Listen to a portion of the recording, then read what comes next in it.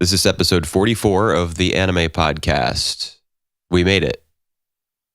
Is 44 a milestone? Yeah, it's a multiple of 11. All multiples of 11 are milestones. I didn't know that. I think that's It's that's cool. new technology. They're the same number. You know what I mean? Yes, I do. Okay, well, good. I don't know what we're talking about today. Some animes.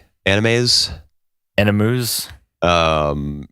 Perhaps Carole Tuesday episode 5, Fruits Basket, and One Punch Man season 2, episode 6, and a couple more planetize. Yes, remember that if you only care about one of these or whatever, you can just check the timestamps in the description box. It's below this video thing. Yep. All right, let's talk about something. Let's talk about some frames. With you want to talk about behind it? Okay, that could be any of these. That's true. So what are we talking about? I don't know. Let me take a gander at my notes over here. And his notes have words on them. Fruits Basket. We could do that first. I thought this episode was kind of boring. I thought it was pretty normal. It's just anime, you know? Okay, so normal for Fruits Basket. What does that mean? I don't know. It's so. I mean, obviously, the basic things that happen are. Wait, hold on. Forget all of that. We have to talk about the stick figure. Did you see the stick figure? Yes, they replaced one of the frames of Yuki. It wasn't just a frame. Yeah, they replaced Yuki and what's his name Kyo. Fighting. Yeah, with stick figures. Yeah. What the hell was up with that? Maybe that's how it was drawn in the manga. I kind of doubt it. I mean, I don't know for sure. Maybe there's not even any basis for me doubting that, but it looks extremely bizarre. It does, and maybe it's supposed to grab your attention in what is otherwise an episode. Maybe. Full of I just didn't think that squeaks. I didn't think that anything that came before it kind of foreshadowed that they would take that route visually. No. It seemed like maybe they were pressed for time and they were like, have some stick figures, bro. It's not like when One Punch Man reverts to one's original art style. Well, I mean, maybe it is if you're right about them having been drawn that way in the manga, which they probably weren't. It was just, I don't know, was it an attempt to, you know what, forget it. Who cares? It was really weird. It's probably on screen right now since it was the most notable screen cap that I took. I mean, there's nothing notable about this show visually. No, I don't think that's true. I think there have been some really nice backgrounds. They were kind of noticeably absent from this episode, but like especially early on, some like medium and long shots of characters where they're kind of far away and they're, there's like nature in the background or something. Pretty good. I've never thought they were anything other than normal. Like They're not like standout-ish. I could show you. I think we used one of them as a thumbnail. I don't make the thumbnails. I don't know. Well, you pick did. Whatever the thumbnail is. Anyway, that stick figure thing was really weird. And that's true. I mean, it happened when they were on the rooftop and they were fighting. I can't remember what they were fighting about. Can't remember anything about this episode. Something. I just watched it. The blonde boy, Momiji. Yeah. Didn't we think that was a girl? Yes. When Toru first met him? Young Grill. Yeah, or her, I should say. Or him. Wait, which one is it? It's a boy. Okay, it's actually canonically a boy. Yes, because he hugs Honda and turns into a rabbit. Right, and it has to be when you're embraced by someone of the opposite sex. Okay. That's not part of the Soma clan. Right. Because it doesn't work when What's-Her-Face does it. The boar. Yeah, I can't remember her name. You can refer to them as their zodiac symbols. That's easier to remember. So we meet Momiji. I thought even Toru immediately confused him for a girl. I thought Toru was under the impression that it was that he was a woman. Probably. But in this episode, she immediately recognizes him as a guy. Everybody does, and there's like no problem. Yeah, there's no like, at that age, it's hard to tell. I mean, that's fine, but the fact that Toru immediately, not immediately, originally thought that it was a girl. And now immediately was wrong, even though having not been corrected by anybody. Yeah, I thought that was kind of weird. Oh, well. Yeah. I don't know. I really don't have much to say about this episode. It's permanently optimistic Toru versus quirky friends. Round 1, go. What quirky friends? Her 2 friends, the wave girl and delinquent girl. The delinquent. Why is it Toru versus them? Because she has to like make sure they don't find out about the Soma's secret. Oh yeah, and they come over and stay the night or something. Yep. And we hear about the baseball cap that was obviously Yuki's. Well, was it or was it Kyo's? Because I don't know. I mean, he looked in and it was Kyo who was looking in. Yeah, Kyo looked into Yuki's room though, and he's like sitting there on his bed, like pondering existence or whatever, which is supposed to be like, ooh, it was him. I didn't get that. I mean, I got that Kyo and Yuki both got a little bit of screen time after she tells the story of the boy in the cap who led her home one day. And the way that she gets led home kind of mysteriously, kind of, it might be taken to imply that it was a member of the Soma clan because they can... Rats are good at finding their way home. They can move around really fast because they're animals and stuff. And they're super strong. But it's actually Kyo who overhears her telling the story. Yeah, he's eavesdropping. I didn't even pick up on the fact that it was Kyo who looked into Yuki's room. I thought we just got a shot of Yuki's room. Kyo looked over at his door. Ah. Yeah, well, I guess they're, destined lovers or whatever because of the cap. Obviously. Baseball cap. Just play the long game. Give a girl a baseball cap when you're 5 years old and then wait forever and mysteriously come upon her tent in the woods one day and instant love. Don't forget. Sure. Dating advice from Fruits Basket, everybody. I do not think anyone wants to take dating advice. I mean, actually, there are probably lots of little Japanese girls who take dating advice from shoujo manga, but probably shouldn't do it. What do you mean, probably? I don't know. I mean, there's at least one adult relationship that worked out thanks to shoujo manga, probably. Is there? Yeah, probably. Really? Yeah, well... Sure about that? Given how many Japanese people there are. Although only half of them reproduce at this point. Bum, bum, bum. Yeah. What else is there to say about this episode? I thought it was boring. And fan service. Oh, yeah. Literally described in the show as fan service. Yeah, Yuki dresses like a girl. The in-universe explanation is a bunch of people asked him to for the cultural festival just because they wanted to see it. But obviously, the author just wanted to draw him wearing a dress or an apron, whatever he was wearing. Right. And that's fine, I guess. Different strokes for different folks. Whatever you want to do, man. It's your comic book. You can draw them however you see them.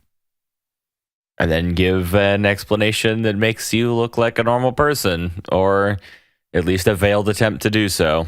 Oh, yeah. Also, Hattori. We meet another Soma guy. His name is Hattori. He's the memory wiper. Yeah, he's a doctor, and he wipes people's memories, and that's bad.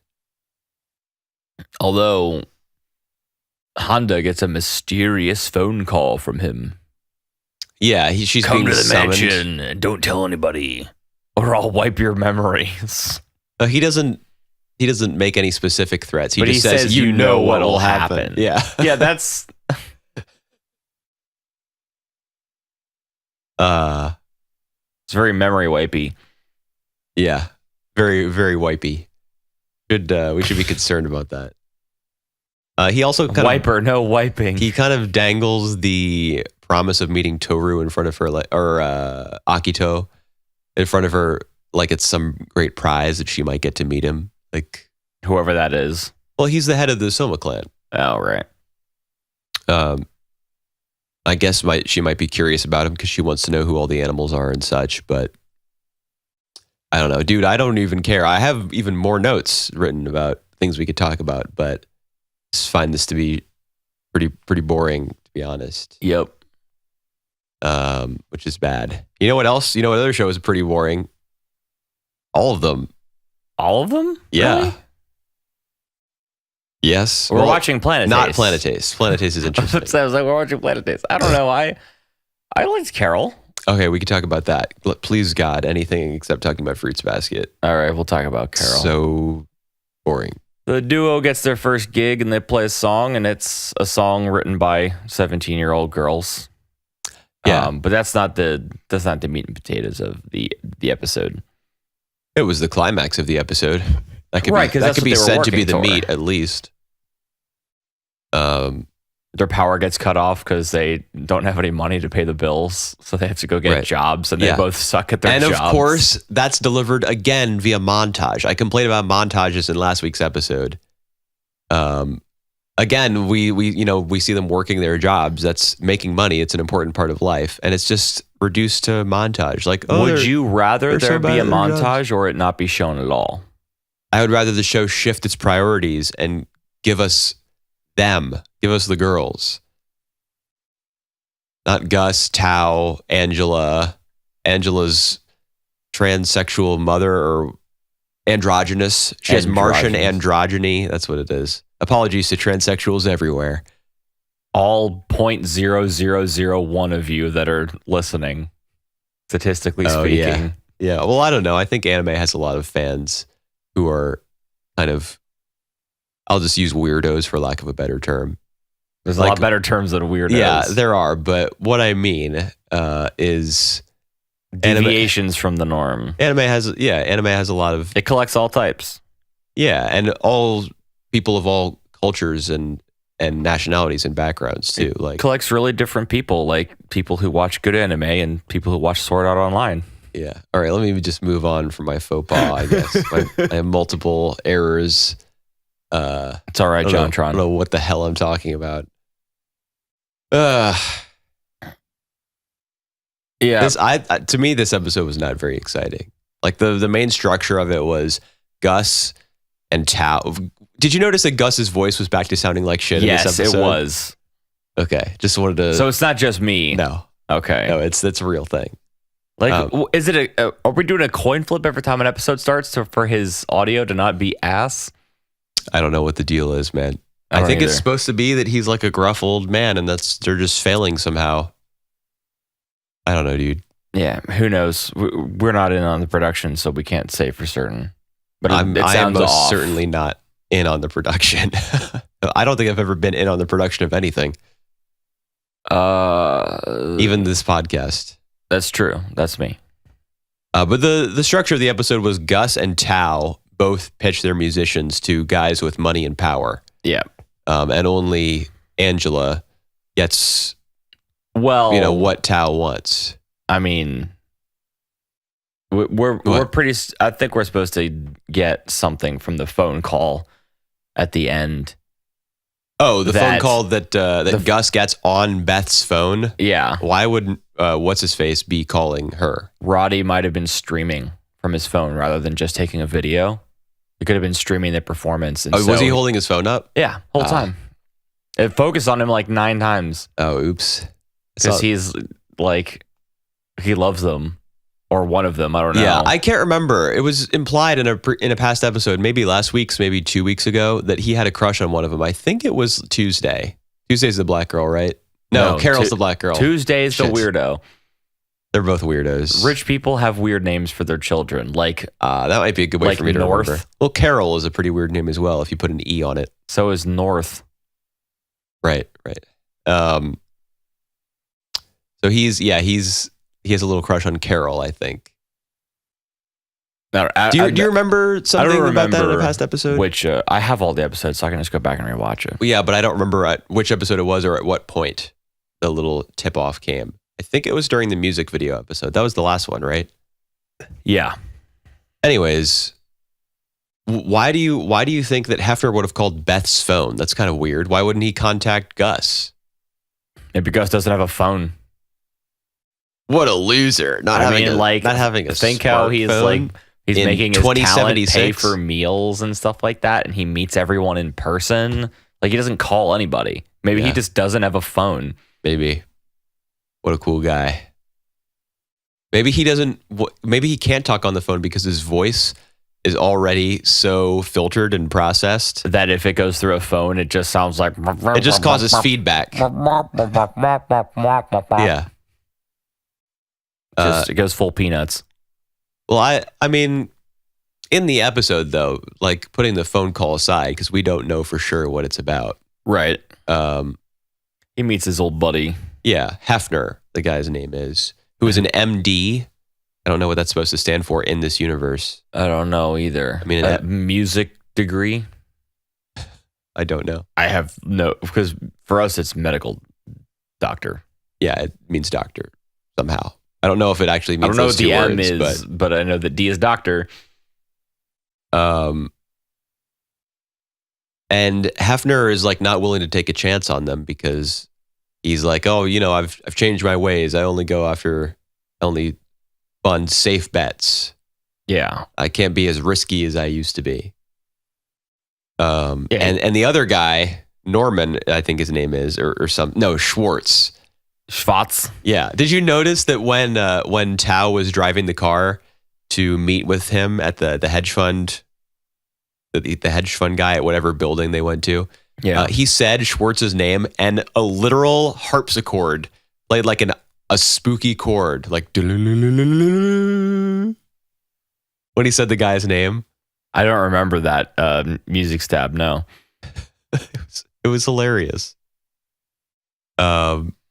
Like suspense added. Yeah, he's supposed to, because he runs a hedge fund, so clearly the guy can't be trusted because he has a lot of money. Obviously, can't trust people with money. Or maybe Schwartz is just a figurehead, and that floating AI in the center was actually Schwartz. I see your Schwartz is as big as mine. Hey, I made a reference. Big helmet. I made a reference to something. Yes, you did. To Spaceballs. Schwartz gives them the money, and he even appears to have been like affected by the song. Like she's a breath of fresh air. And the AI dude is just like, you could do better. That was terrible. Yeah. But I mean, it's of the two meetings between the agent Gus and Tao and the rich guy Hefner and Schwartz. Gus's is way more interesting. No, well, why is his more interesting? Because I think the other one's more interesting because he actually lets her sing. We hear some music during the pitch of a musician to a potential backer. For whatever reason, Gus is not like, listen to these girls sing. He's like, man, I got a couple of hot prospects for you here, old pal of mine. Hang on. I got a couple of hot prospects here. I don't understand why he didn't play some music. Because he doesn't have a phone. Oh, that's right. He just problem. Mystery solved.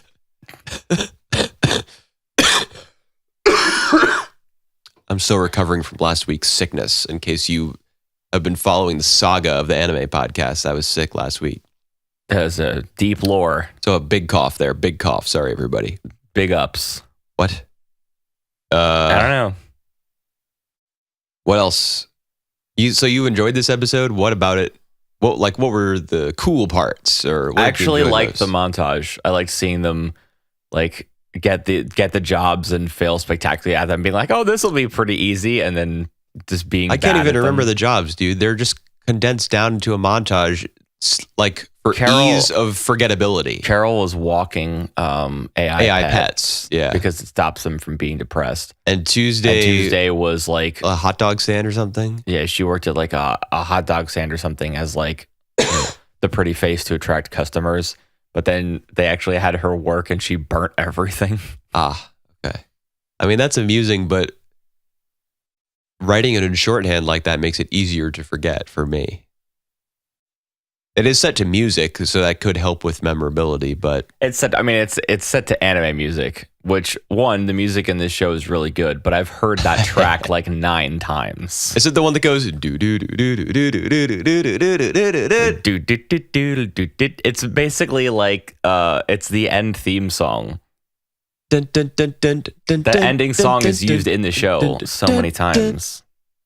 In fact, that's the ED is always the best part of the episode for me. In fact, there was one song or one episode of, I think it was Carole Tuesday we were watching, where they performed the ED. There's 30 seconds of the show remaining, and then the ED plays. So it's literally just the song is back to back with a little bit of anime in the middle. I was just like, I'm questioning this decision. That sounds like anime, though. Yeah, but it's... You got to fill time somehow. Although I can't imagine that their performances are cheap to animate, even though they look off. They look good, but off. Like there's something wrong. They look fine to me. Or they look kind of they look like they're mannequins, like they're on like strings and stuff, so they move kind of jerky. They don't move smoothly.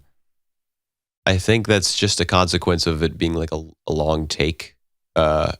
And there being a lot of individual drawings that make up each take. Maybe, but I'm comparing it to Watanabe's other musical work, and Kids on the Slope looked way better. Well, that was like totally referenced, rotoscoped something. I know, but it looked amazing.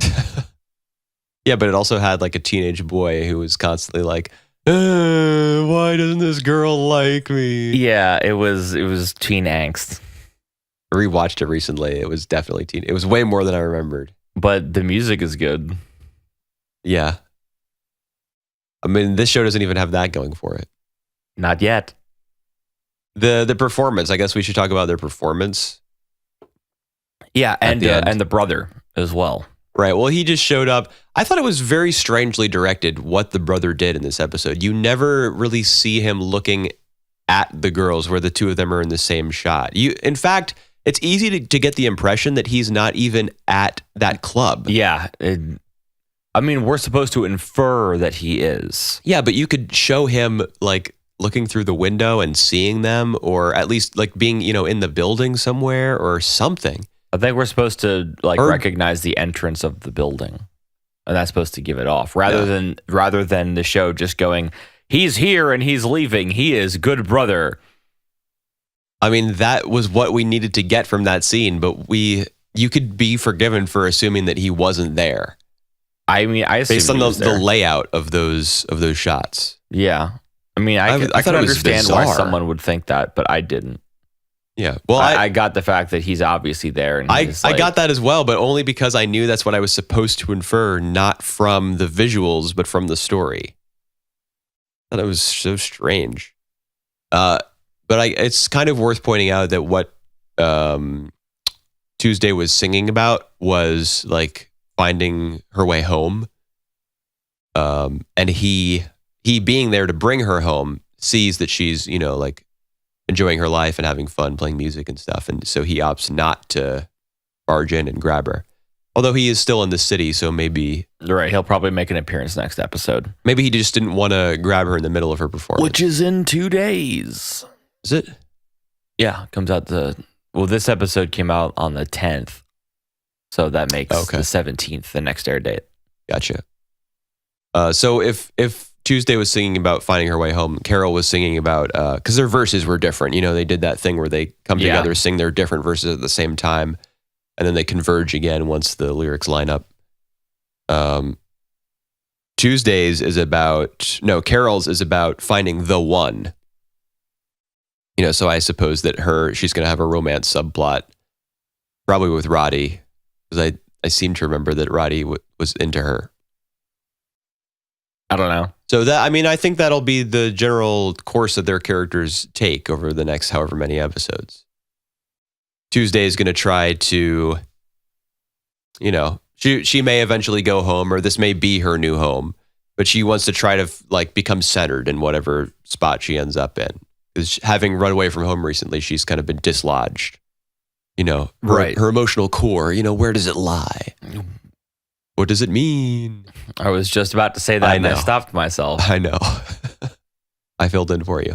And then Tuesday is going to be more about finding love in the big city or Carole. My God, I can't get their names straight.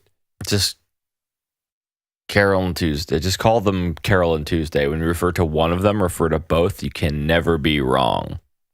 I'd be wrong every time if I did that. Yeah, only 50% wrong though. Okay. Here's a hot tip in closing for music managers everywhere. Play a sample of your talent's music next time you try to pitch them. Yeah, when you're an artist and you're trying to get signed by a label, you don't show up and say, "We're promising you should sign us." You send in a demo. Yeah. Have that ready to go. Don't just rely on your tinny voice and your blonde mohawk to get things going. I'm also really surprised they haven't recorded a song yet. Oh, that'll come in a future one. It's so cheap and easy to record songs now. I thought oh yeah, with your computer. Yeah, it's so easy to do it now. Imagine how easy it would be in the future. Like how cheap and easy it would be to record a song and send it to people. Well, maybe the lack of demand for that kind of service, since everyone listens to AI music, the lack of demand has caused the price to go up. Do people know they're listening to AI created music? I have no idea. Probably. Or because AI, think about Carole and Tuesday's job. I'm referring to both of them in this episode from the montage. One of them has to walk AI pets. Yeah, so AI have permeated every facet of people's lives in this future. So they probably know that music is created by AI as well. I guess. Unless they'd make it harder for people to swallow. Either way. Someone does say in this episode, doesn't someone say people don't like being advertised to? Yes. In this future? Mm-hmm. I can't imagine that that's true. People love being advertised to. The Super Bowl is as popular as it is because half the people watching it are doing it for the ads. People love that shit.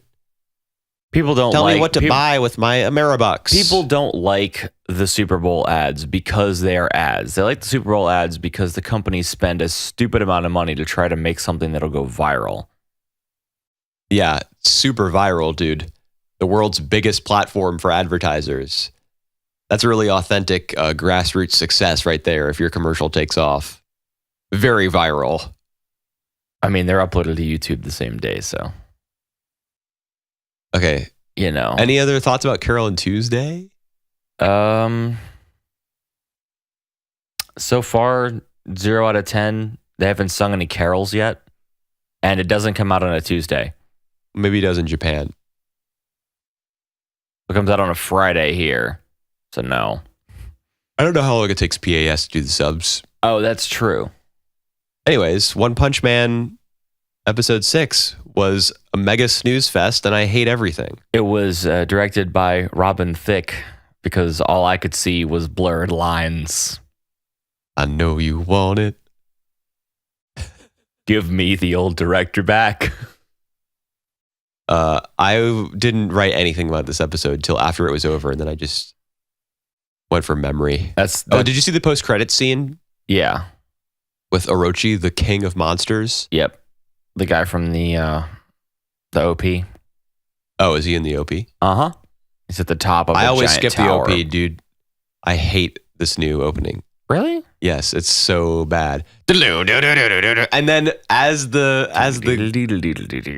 guitar is playing, it just flashes images of characters translucent across the screen. Why not try to actually build some sort of continuity or some sort of miniature story in your OP, or try to do something beyond just here's some promo art of the characters. It's flying across the screen. I like the music. That's why I listen to it. It's weird. The first seasons is so much better. Well, yeah, but everything about the first season is so much better. It's literally comparing. What's another show that had this exact same thing happen? I don't know. Whatever. Where the second season is just so much worse than the first. I'm sure there's countless examples. Either way. I hate the OP. I hate everything. Oh, you can hate it. That's fine. I like it. I always sit through it. I feel like it's so badly edited down for the TV size. It feels like 3 different songs. That's true. It does have some abrupt movements in it. Yeah, and right at the end when he goes, "One punch!" It's like they just hit the stop button and told the guy to record, and then they just not sandwiched. They just stapled it to the end. Yeah, it didn't seem organic. It doesn't feel like it's part of the song. Whereas it totally does with the other one. It's, the music is swelling. It's coming to the end. That's also the start. No, in the first season, it's literally the first thing he says is one punch. Yeah, but what's the ending? I can't remember of the first. I want to be something. I want to be a psycho hero. I want to be I want to be the greatest hero. Yeah, that feels like it fits right in with the song. I don't know. It doesn't. None of that really matters. What happened in this episode? Martial arts tournament was a complete fucking bust. Yep, there were 2 fights, and neither there were of them there were a bunch of fights. Yeah, most of which we didn't see. Like, we just heard the name of the victor. Yep. So I'm not really feeling the comedy angle here. I think this season's trying to take itself seriously. No, there's no way that it's trying to take itself seriously, dude. Saitama punches the guy into the stratosphere for touching his wig. There's nothing serious about that. I feel like everyone around Saitama is taken super seriously. What about a guy whose name is literally Sourface?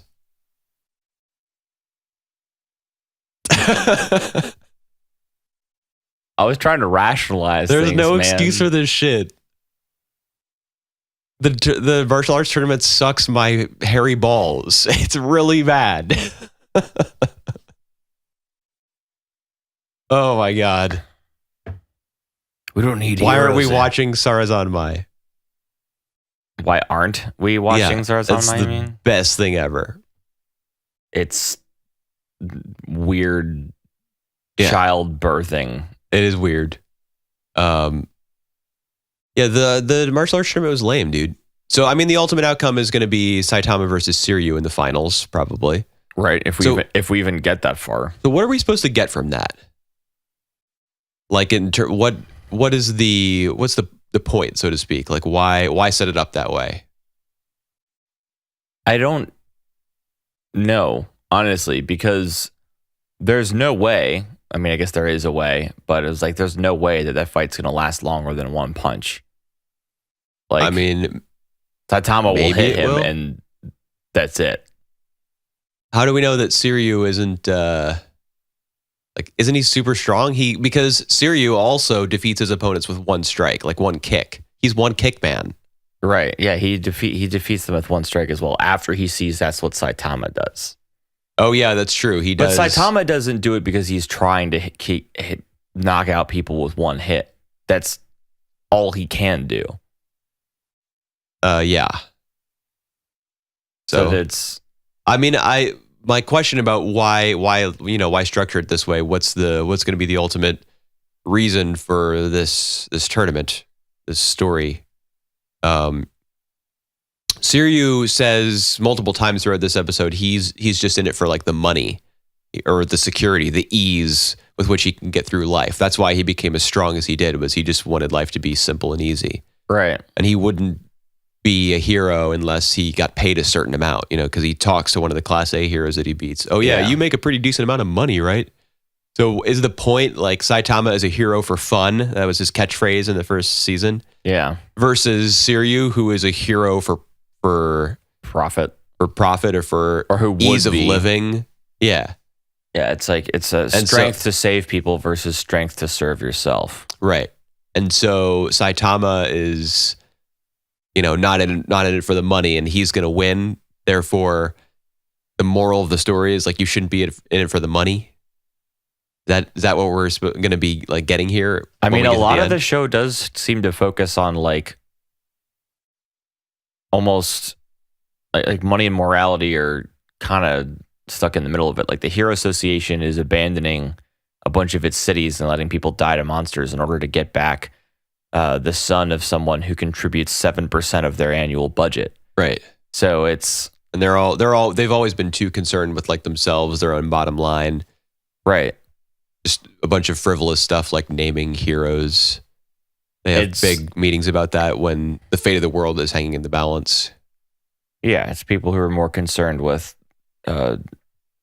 self-worth and gain versus people who are more selfless. Like, I mean, I don't know if I would really call Saitama selfless, even though he was a hero for fun. And yeah, well, that was for his own amusement, I think. No, I think he wanted to be a hero. That's why he trained. Yeah, but no, he trained because he wanted to be the greatest hero. Yeah, but he was also it was born out of frustration with the job hunt. That was his job hunt that was going nowhere, and he pretty much just said, fuck it, I'm going to be a hero for fun. I'm just going to become I'm going to become the strongest. Like he was carrying around that briefcase when he saved Butt Chin Kid from the crab monster. Yeah, I liked lobsters so much I turned into one. Yeah. I miss those sorts of... I mean, I guess we still get plenty of those sorts of villains, like Boxing Gorilla and whomever else from last week's. And even in this week, there were like a bunch of different... The cockroach. Oh, yeah, the cockroach guy. What was the deal with him? Like the way Genos defeated him? With what? Super glue comes out of my feet now. I don't want to use this weapon because I'm acknowledging... means admitting that he's faster than I am. What is the deal with him having that shit in his boots or his shoes? Paste. That's the paste that the writers are sniffing. That's what's coming out of his feet. Well, it doesn't have anything to do with the writers. I mean, this is an adaptation, so every bit of it, has something to do with them. But I assume the glue thing was in the manga, and that's just really dumb. Yeah, maybe it was funnier I think the reason that it's difficult for that to come across properly, or maybe it was just shitty in the manga too, but Genos is like the most serious character. You were talking earlier about how the seasons were serious. I don't think that's the case. But Genos is a very serious character. When he hears about the threat of the monster that's coming to the martial arts tournament, he thinks very seriously about like, how is this going to impact my master's experience of martial arts? Should I just defeat them? So he's like, okay, I will.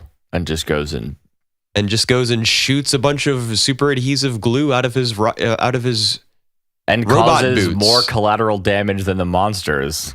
Oh yeah, by Incinerate blows up 9 city blocks. I just don't get it, dude. He broke off his own legs to escape. I don't get this season. Maybe it's supposed to be like really funny that that's bad. That the glue came out of his boots, but I'm not feeling it. It just feels dumb. And then all the stuff with Fubuki and Tatsumaki, aka Blizzard and Tornado. Yeah. I just don't care at all. Like, yeah, I'm wondering why like they're being focused on. Like Genos, it makes sense. Probably because Genos is... Why not focus on Fubuki? She has Fuboobies. I was about to say titties. And then the other one is like a little green girl. I did like when she was animated, like how one draws her. Right, that was the screenshot that I took for this week. Yeah, probably on screen now. Or, that was funny. Or maybe it isn't. I don't know. Who knows? Fuck you. Basically, that's the message I get when I watch this. I seriously don't understand. Somebody, post in the comments about how I'm wrong and stuff about all of these shows, honestly. Tell us about how we're actually watching the 3 greatest anime of all time and we just don't know it yet because it's not old enough to be a classic. So Planetes. A good show. Yeah. Hachi, I'm immediately wrong. As of the very first scene from episode Hachi's 17. dad isn't dead. Yeah, oops.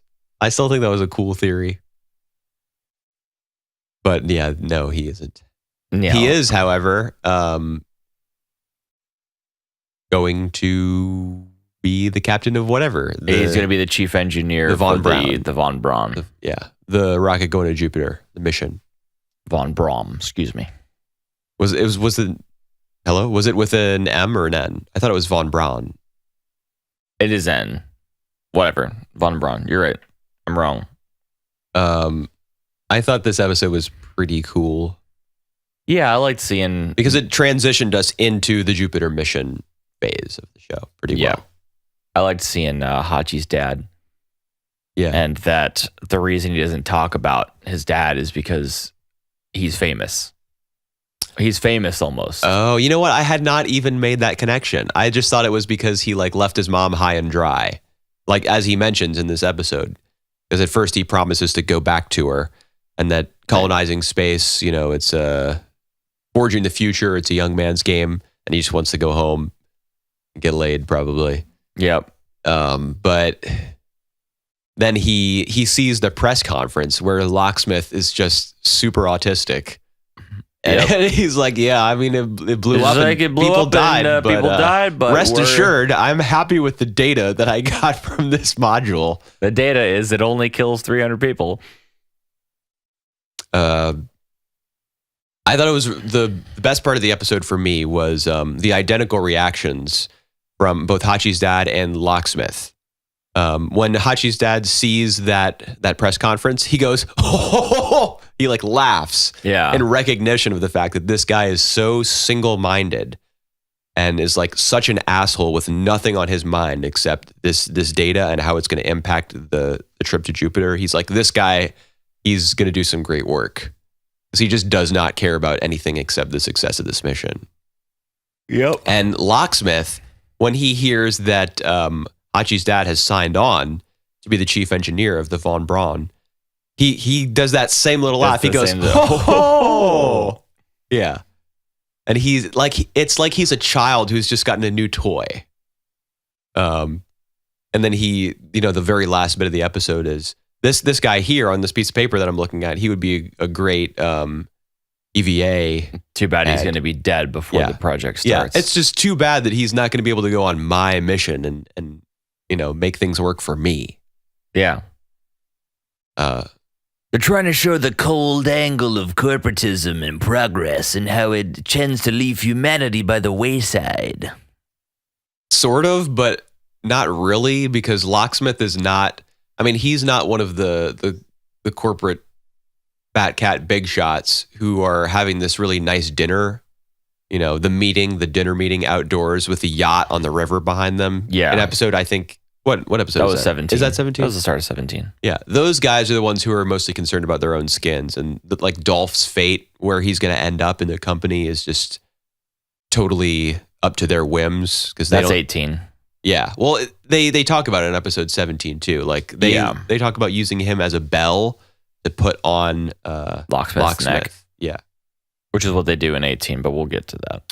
Well, in 18, he ends up going somewhere else entirely, doesn't he? Yeah.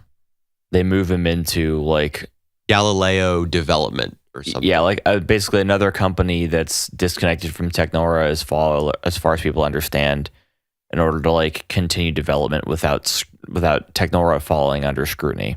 Right. And not just it's a that, safety but net. Yeah, they want to control public opinion, which can't be very high after what Locksmith said on TV. And after 800 billion was lost and 300 people died. Right. Public opinion tends to drop when things like that happen. Yeah. Well, everybody's obsessed with death counts. Whenever something bad happens, that's in the headline. The more people that die, the more tragic it is. And the more clicks you get. Am I right, fellow entrepreneurs? Clickbait CNN authors? Huh? BuzzFeed aficionados? Top 32 mass tragedies. Number 4 will surprise you. That exists. Somewhere. The list of the 20 most tragic events of the 21st century, something like that. Probably. Highest death counts. In fact, I'm going to look that up right after this. Got to know what they are, Got to find them all out. To be honest, I mean, episode 17 was pretty, what's the word I want? It was pretty constant. I can't think of a good word right now. It took it from front to back. It was all about like moving us into the Jupiter mission. Yeah. It was all about Locksmith, Hachi's dad. Not a lot of side stuff going on. You know, even the romance was kind of put on hold. Yep. Except for one scene. Which scene was that? Oh yeah, where Hachi's like single-mindedly training. And where Tanabe's in like her quarters talking to her friend, and her friend's just like, "You haven't slept with him yet, have you?" Yeah. Yeah, that was pretty refreshing to hear, I guess, an anime where everyone's like, "Oh, am I gonna hold hands with them today? Is today gonna be the day?" You know, the flight attendant girl, Lucy, whatever her name is. She's like, you just need to sleep with them. You want to keep them interested. You want to keep them around. That's what you got to do. You got to give it away. But at the end of 18, we find out that Hachi is leaving. Yeah, and that's no surprise. I mean, you could have figured it out from him training on that. Yeah, he wants to go on the Von Braun, obviously. Yeah. And that's something we can milk episode 17 for a little bit longer. There's that scene. The episode is bookended by him on the treadmill at the start and him on the treadmill at the end. By the end of it, I think he's gotten a slightly clearer picture of what kind of man he is or what kind of man he perceives himself to be. Not only because he's reconnected with his dad and he's gotten even more evidence of what kind of a person his dad is. He says that he's basically the same kind of person as like Locksmith is. Well, as Von Braun. As Von Braun was. The Nazi scientist. Engineer. Or the scientist whose work was commissioned by the Nazis and who then went to America, from the sound of it, to help with the launch of the Saturn. Yeah, there was I forget the name of the program, but there was a program at the end of World War II where a bunch of Nazi scientists were pardoned if they would come work for the US, which is how we got to space first. Oh yeah. Dude, last week when you said United States is on all those rockets in the OP when it scrolls through all of them, they all say United States. I had never noticed that until you pointed that out, but now I can't stop seeing it. I mean, we were really the only people pushing rocketry forward for like 20 or 30 years. And in fact, we still are. SpaceX, it's American. They're the only people making new rockets. Well, don't you think that some other country has something like that? And they're just not, they don't have as many Twitter followers as Elon Musk or whatever. I mean, they're doing things, but when it comes to like stuff that's notable in American media, well, not just that, but like my friend who's huge into space, the only people who are really doing anything groundbreaking are the Americans. Well, I think that everyone's following behind us by like 10 years. I can believe that. However, what people consider notable and not notable is highly influenced by like their own nation's media, because that's where they get their news. I don't know. I'd rather celebrate a U.S. rocket than a Chinese one. You know what I'm saying? I don't have any preference between the two. I mean, as Planetace would say, fuck nationalism, fuck borders. Yeah, but as Planetace would also say, USA. Except they wouldn't. Although that. At the start, because the intro is the history of rocketry as we know it. It is, but even before that, there's a bunch of images of like stories, pictures of like different cultures' ideas about space, just like people floating on clouds in the sky. Yeah, and then it goes like through hieroglyphics and stuff, all kinds of stuff like that, like stone carvings. But then it goes through the practical history, like the father of modern rocketry, the first guy who was like conducting experiments in the late 1800s. Right. And then it's all pretty fascinating stuff. The missions with dogs and chimpanzees, and then the V2 is actually in there. I don't know what the V2 is. The V2 is the rocket that the Germans used to basically bomb people at will. And it's essentially a destroyed city burning, and then it has the information. Oh yeah, I remember the that information shot. on the V2 and who created it and stuff in the bottom left. Was it Von Braun? Uh-huh. Ah, okay. Yeah, I thought that was interesting that Hachi compared himself to that guy. Like the progress, the just being out in space, kind of pushing things forward, journeying to where people haven't been before. That comes first, and everything else is second. So I think it's pretty easy to predict that he's going to leave Tanabe behind.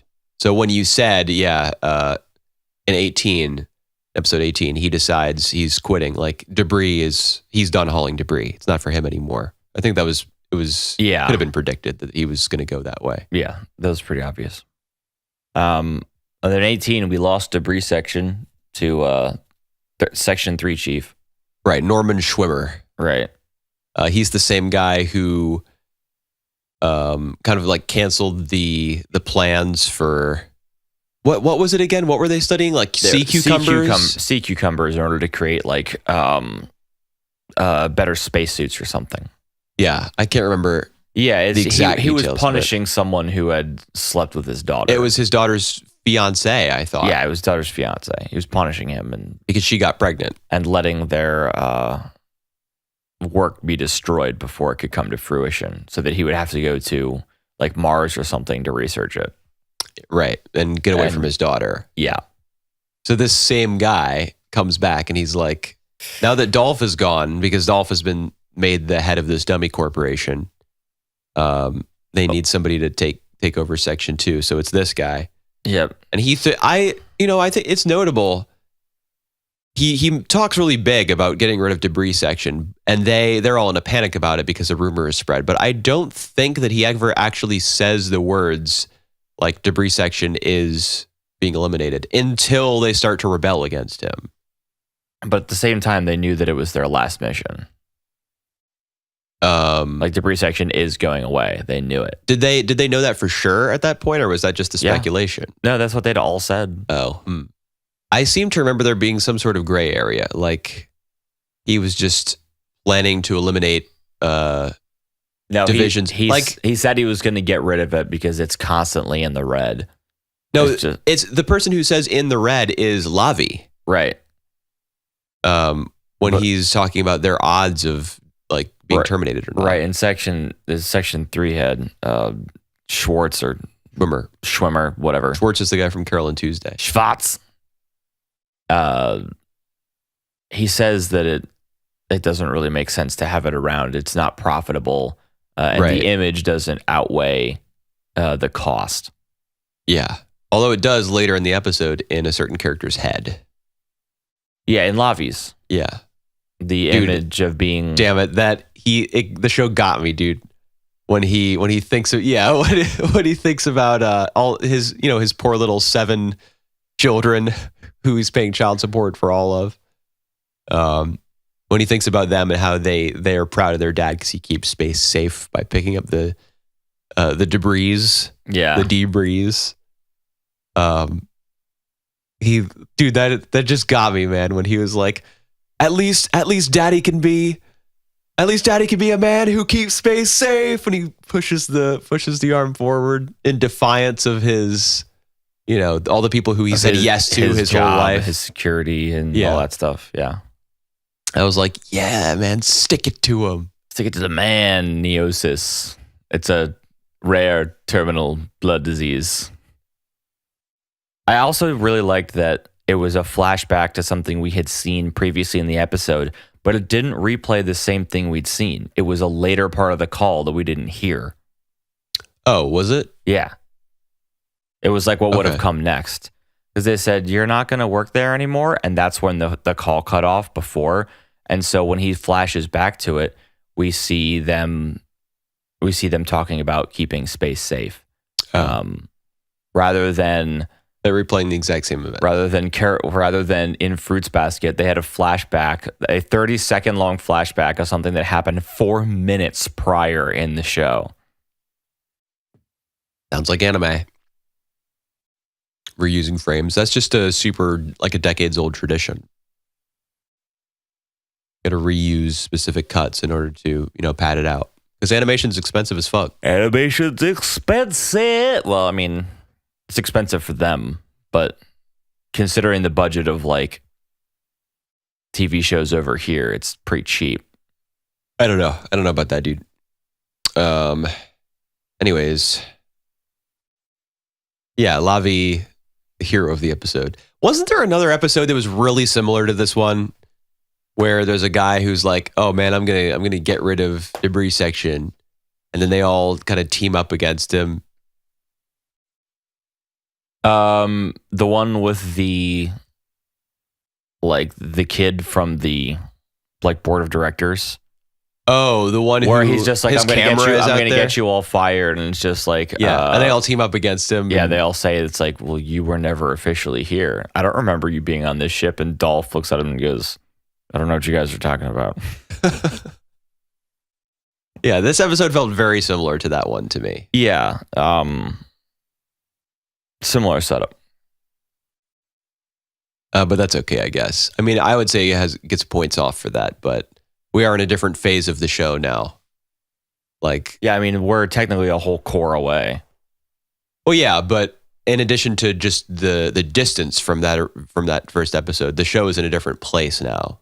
Hachi is going to leave his job. Debris section's disbanded.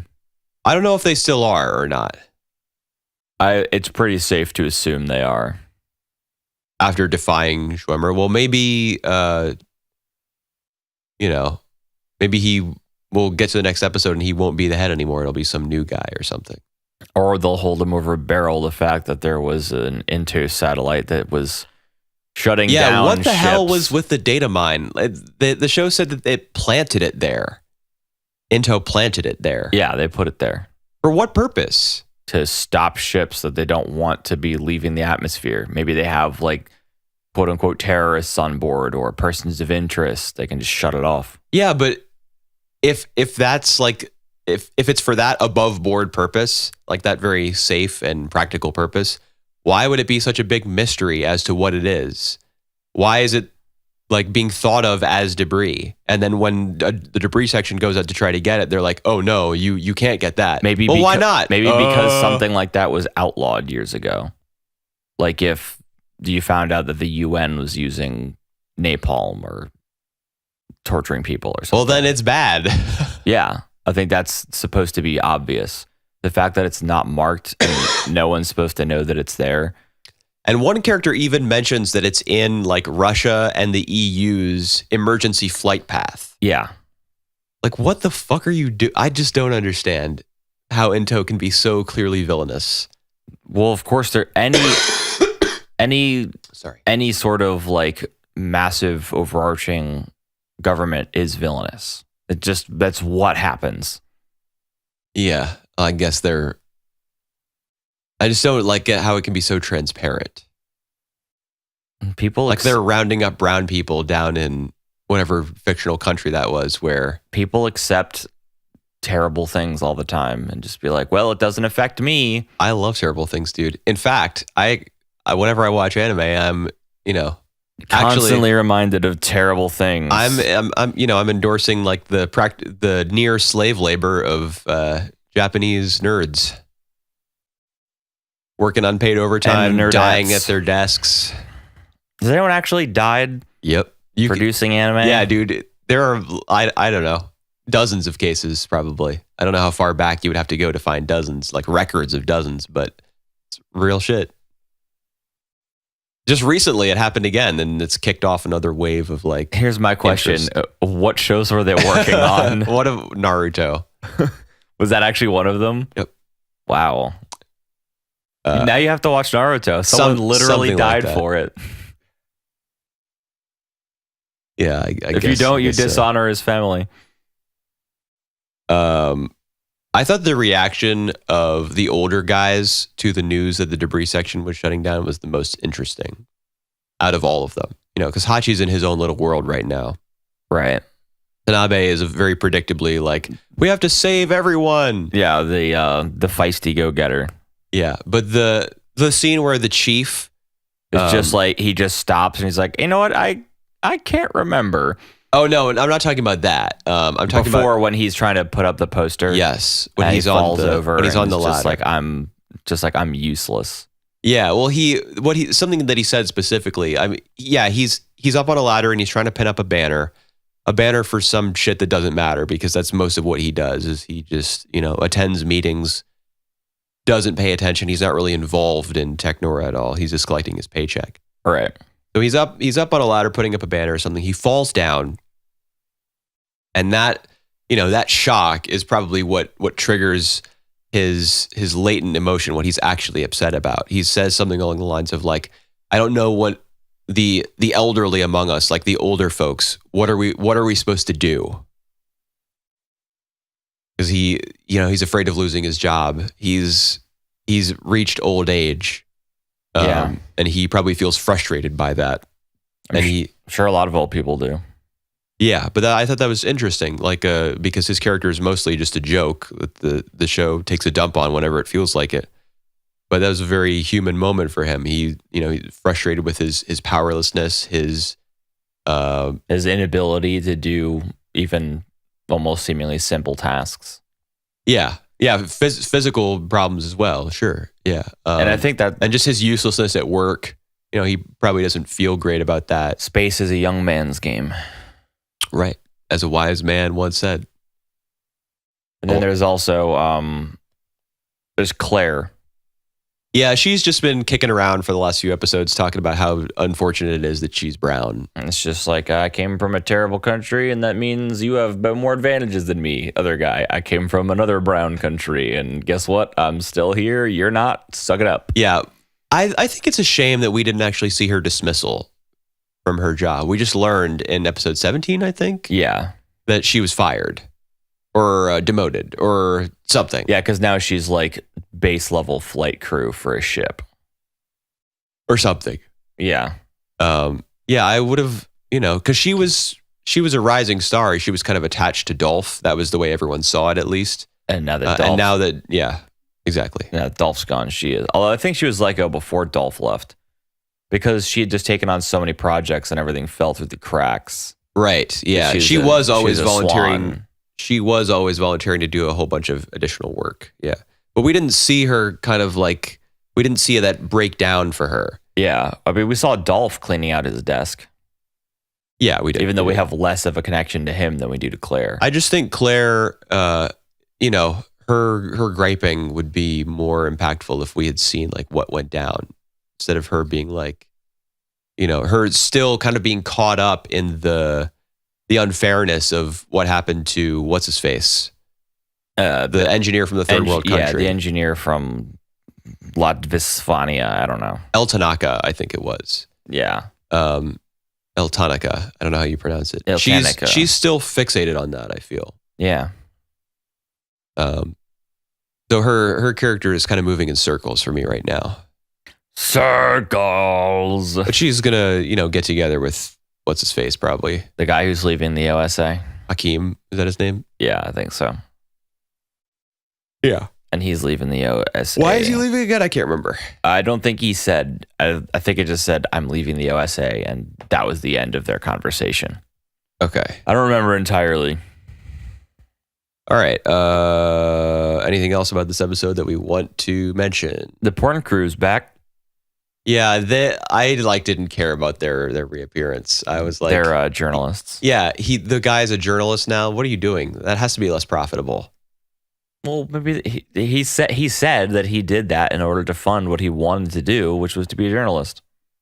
You fucked up. Should have stayed in porn. Yep, that's space porn. Where the money is.